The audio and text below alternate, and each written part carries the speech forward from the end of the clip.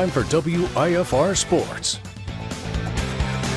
Howdy, howdy. Tonight, the Rockford IceHogs celebrate a milestone moment in the team's history, honoring a player who left a lasting impact on the franchise in the city of Rockford. And that player is Brian Bickle, a key contributor to 3 Chicago Blackhawks Stanley Cup victories. And tonight, Bickle was inducted into the IceHogs Ring of Honor in a special ceremony at the BMO.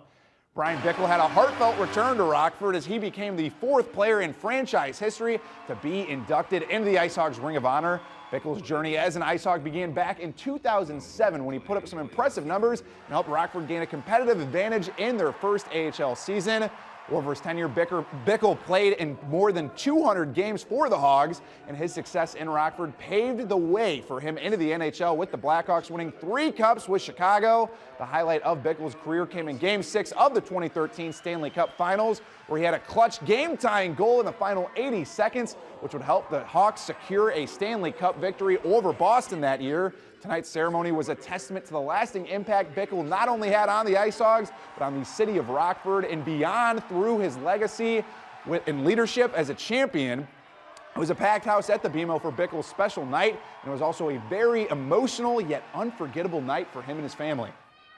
Getting drafted by the Blackhawks in 04, and then getting a crack in the minor leagues and, working your way up. It's a tough task. There's times where, I almost wanted that 9 to 5 and not go on the road and do the 3-on-3s and, be around my family and friends. But, we had a good support system, a good team. Want to, play professionally hockey. You want to play in the, in the National League, then obviously you want to win a championship. But it was obviously a good run for the Hawks in those, 5 or 6 years.